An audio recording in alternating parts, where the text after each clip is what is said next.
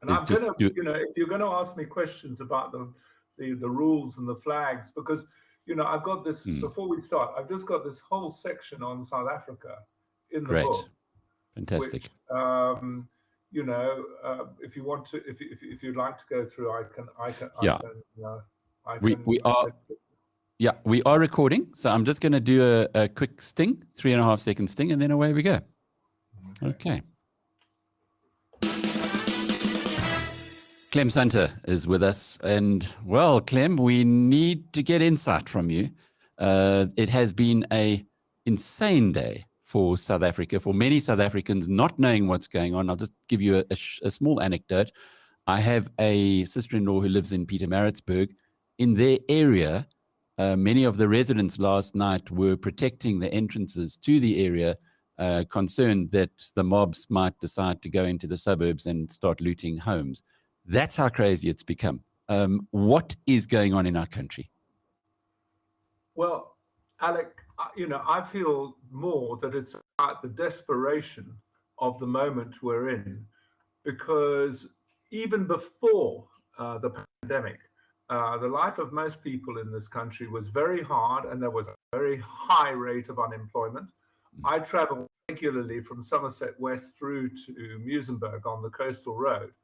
And when I look at Khayelitsha on my right, I'm not one of those people who, oh gosh, how awful. I actually say every single one of those people has built that shack and has opened a shop on the side of the road, and they're doing the best they can. And unfortunately, the pandemic has really had an impact on all this activity. And people were saying last night there was a spark, which was the imprisonment of Jacob Zuma. And then suddenly people saw a of looting shops, which obviously is absolutely wrong and unlawful. But it shows that we have to do something about our economy right now, because it can have an impact for many years. Clem, I'm sure you watched the pictures as I did of the looting that was going on. Many of those people certainly didn't look underfed. They didn't look like they were having such terrible hardship. Are you saying that the reason why they looted is because of economic circumstances and frustration, or is it because they were hungry? I think it's, as you rightly say, a combination of people who are not that badly off, who saw the opportunity, but also it was the opportunity for desperate people to probably get their hands on food.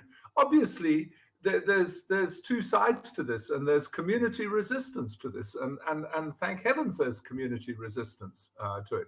But what we haven't seen is revolution with leaders speaking from political platforms or anything like that.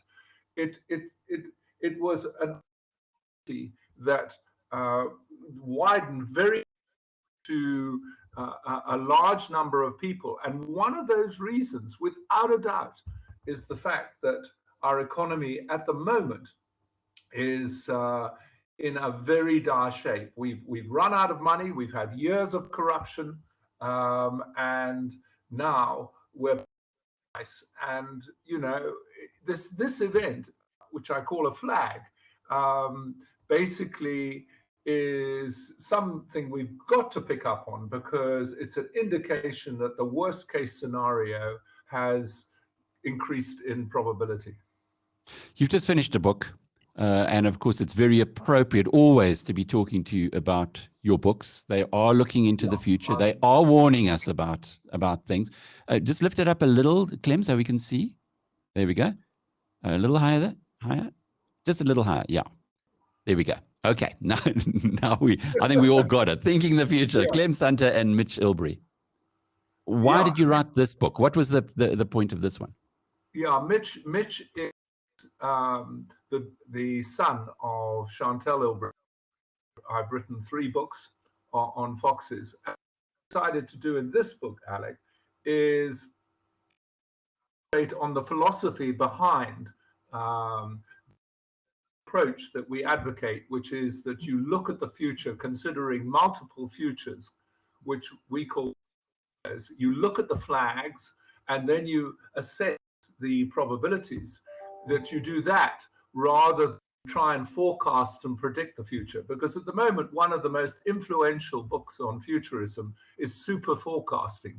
And what we're saying is actually you will capture many more unusual futures if you use the methodology of planning. And it's the unusual futures, like yesterday, if you could predict it in advance using scenario planning, that are the most important in order of determining what your future strategy should be.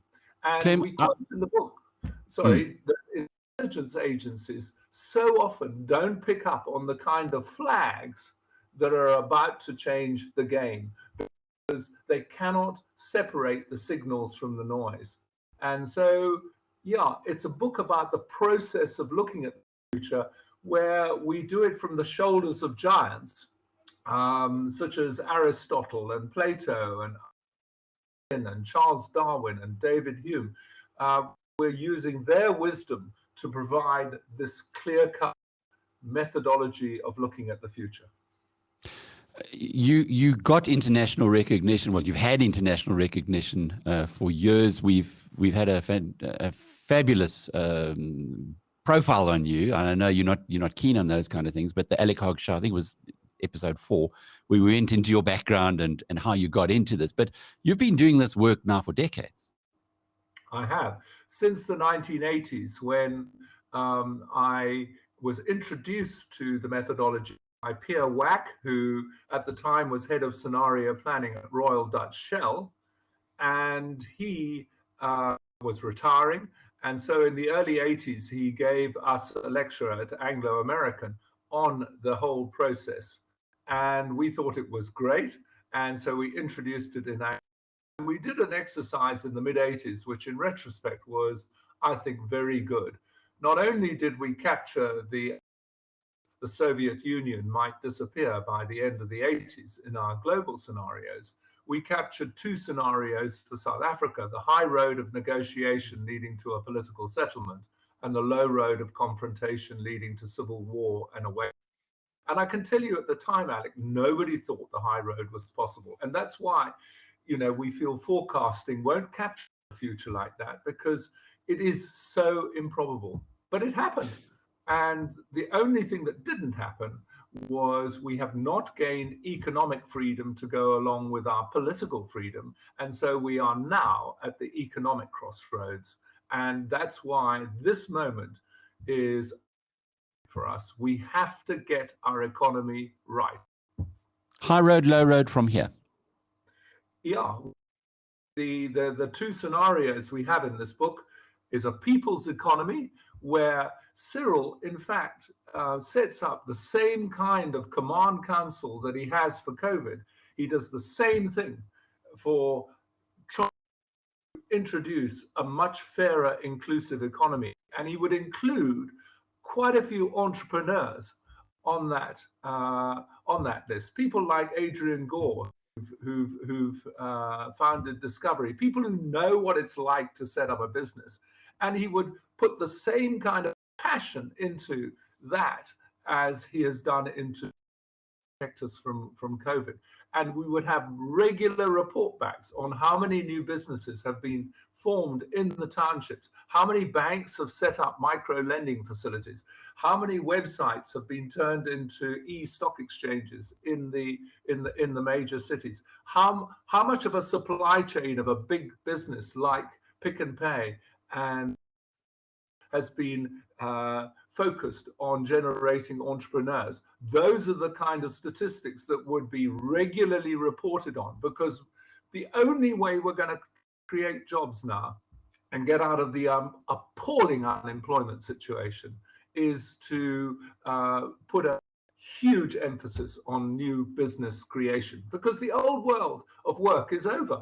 You have automation, you have robots, you have artificial intelligence, and that's why big business the world is no longer creating the jobs of the last century. Indeed, the latest statistic in America is that 2/3 of the jobs being created there are in small business. So it's not a sideline. It's not something which, yes, you can talk about. It's got to be turned into the number one priority for South Africa. Did you watch him last night, Cyril? Yes, I did. I did. And yeah, Does he look like a man with ideas to you? Yeah, look, I think that he has mentioned small business, and he's mentioned it in a very positive sense. But he's now got to go much further because, I want these people who are desperate at the moment, and I agree with you, there was a mixture in that crowd looting, but I want the people who have felt totally desperate to have a chance of improving their lives.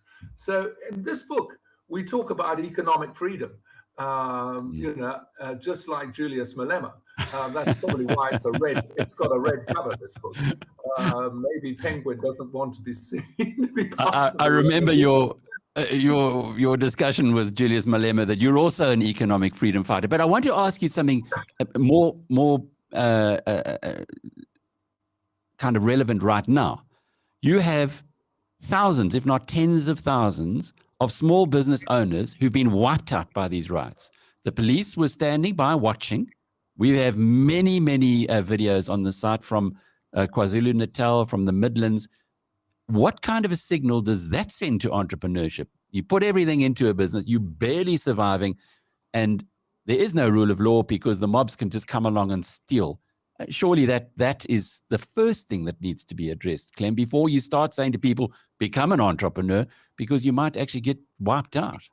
I totally agree with you, Alec. So in the short term, restoring law and order is the number one priority. And indeed, we say here that one of the rules of the game is having proper law and order, with people going to jail for not just looting, corruption, or anything. So please, I'm not suggesting that for one moment, that we haven't got to act in a very determined way right now. And thank heavens the Defence Force has been asked to help the police to quell the looting and the destruction, because that is the first thought that went through my mind. All those wonderful entrepreneurs who've accumulated experience and put their heart and soul into their business, to see it destroyed in front of their eyes in these very difficult times. Not enough attention has been paid to that, because those are the people who are the future of this country. So yes, the first thing we've got to do is stop the destruction of small and big business. We've got to stop it right now.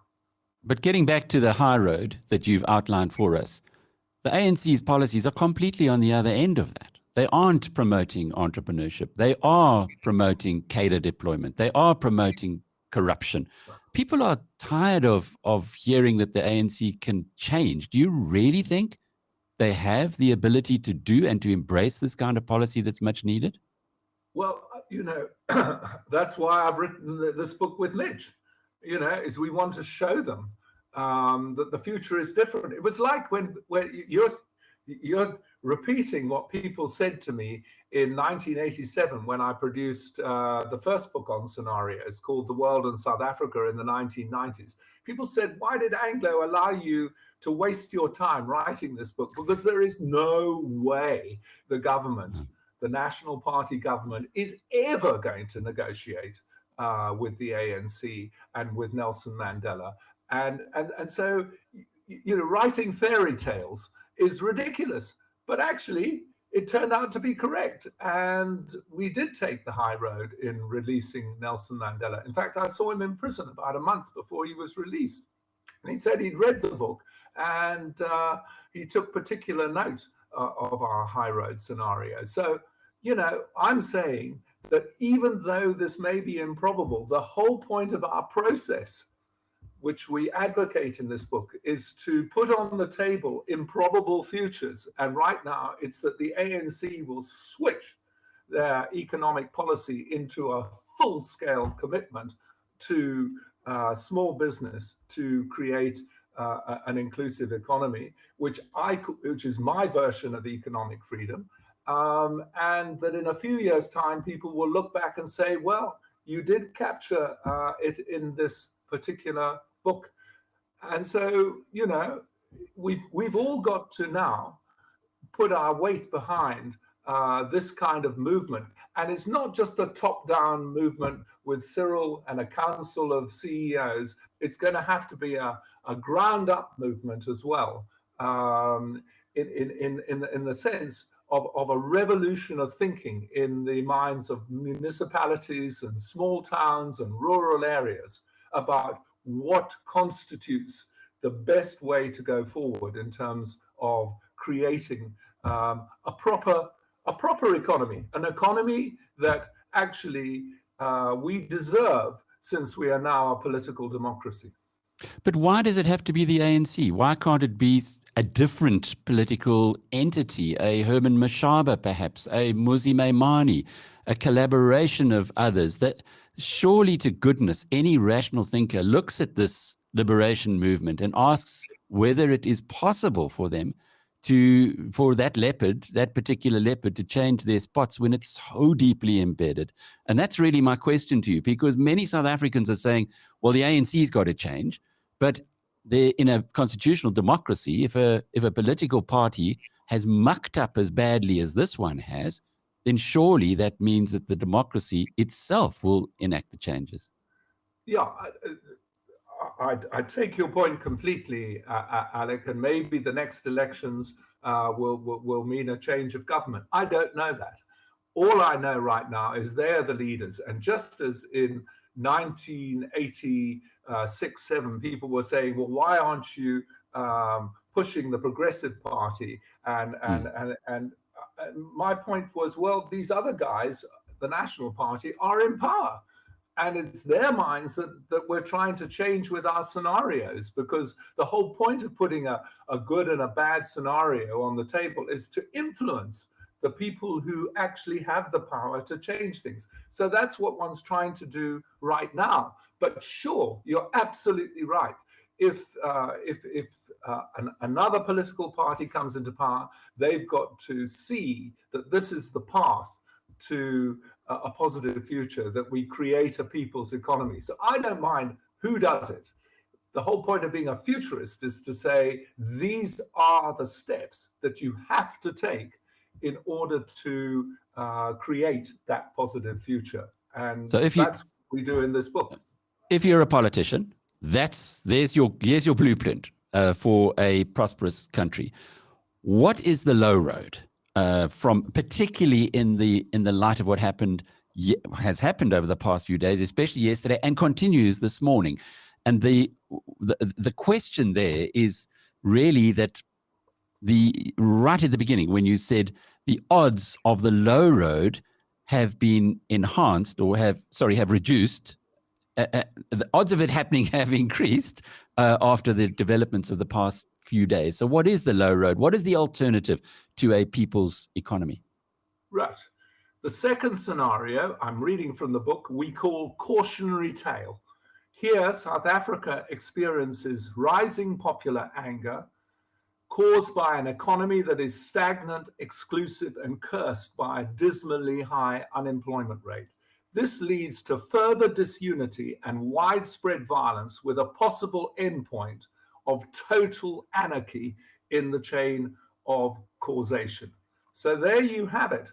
And we're saying the steps being taken right now are going to have a huge influence over whether we increase or diminish the probability of that scenario. We're in that moment. And the whole point of scenario thinking is to try and get as many people on board in what we call, Mitch and I, the circle of control, to get as many people on side in that circle of control on what has to be done, so that you can influence that wider world outside.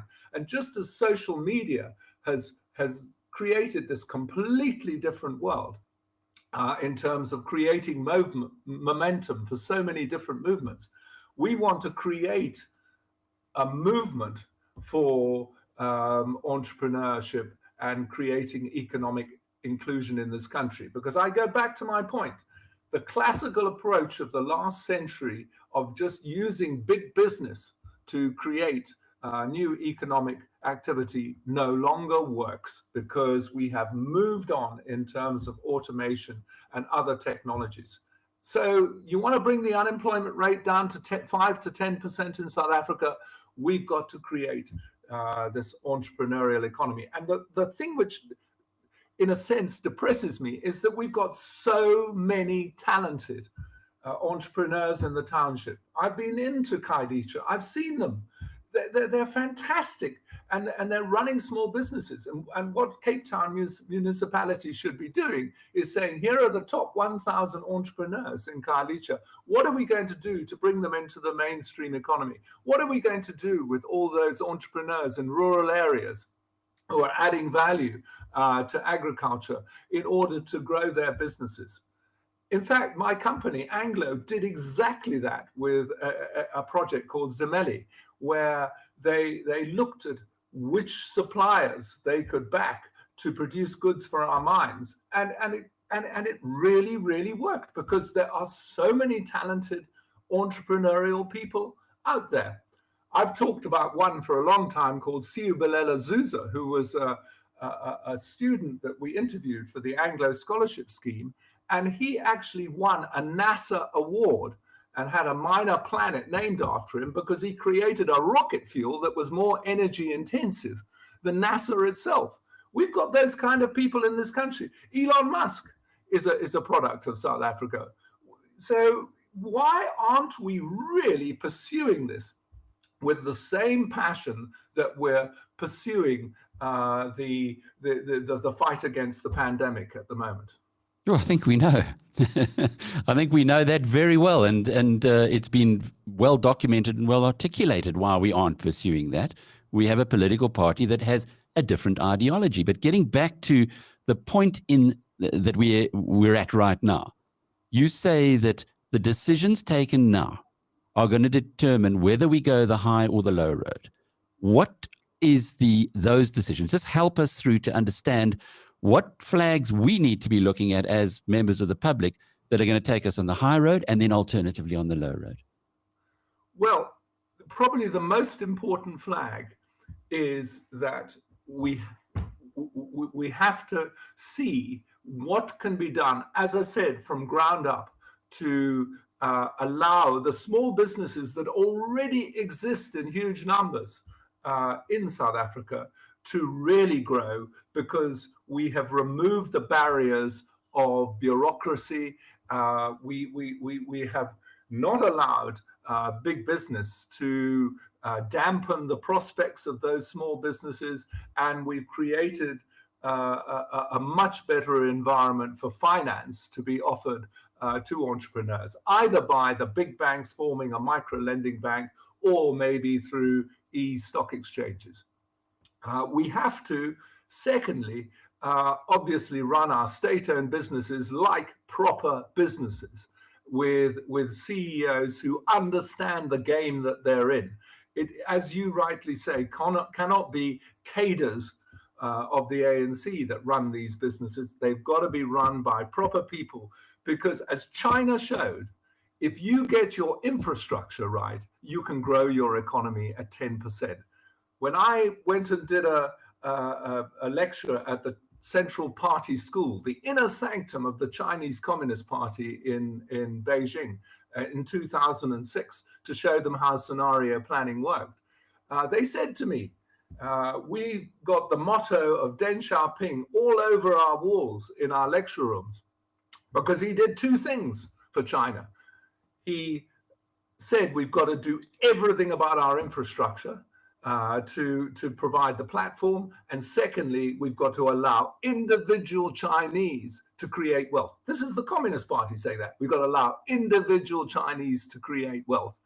And those two things that Deng did meant that China moved from the 100th ranked economy, 100 in 1978, to number 2 today, and possibly becoming number 1 in the 2020s. So they have done what Russia hasn't achieved, what Venezuela, Cuba, and all those countries that are still completely sort of overwhelmed by old-fashioned socialism.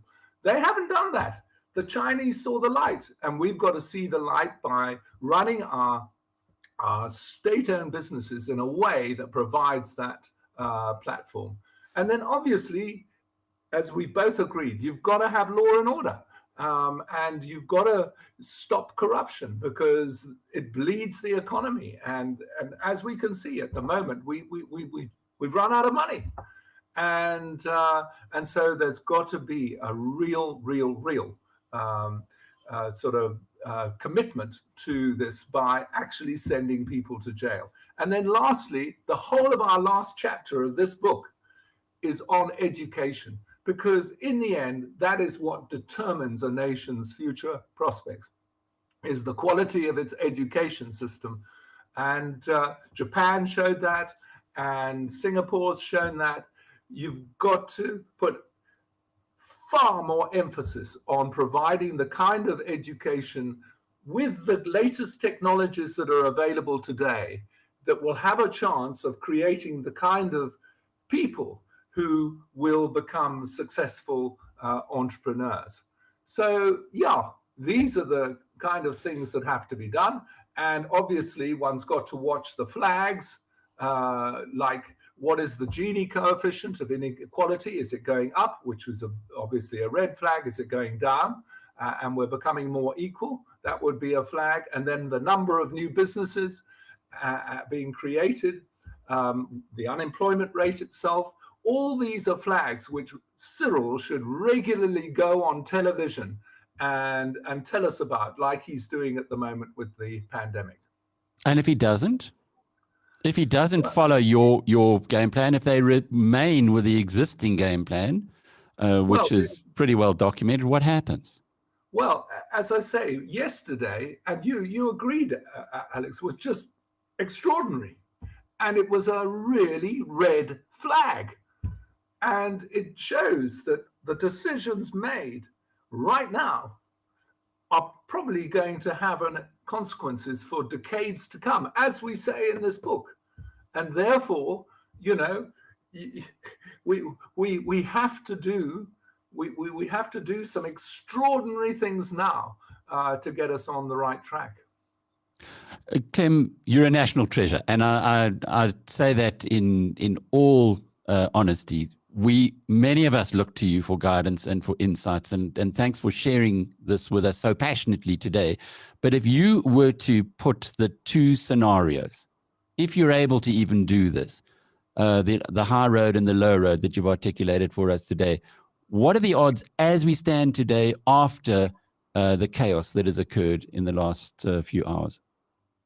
Well, when we wrote this book, Mitch and I would given it maybe 70-30, 70% we'll get to a people's economy, 30% maybe will just dismally fall away into the cautionary tale. Now, I think those odds have been reduced to 50-50 on the two scenarios between people's economy and cautionary tale. And that's the whole point of the method that we put forward. It's the future is unpredictable. So you've got to watch the flags and you've got to change the probabilities. But most important, you've then got to do something about it.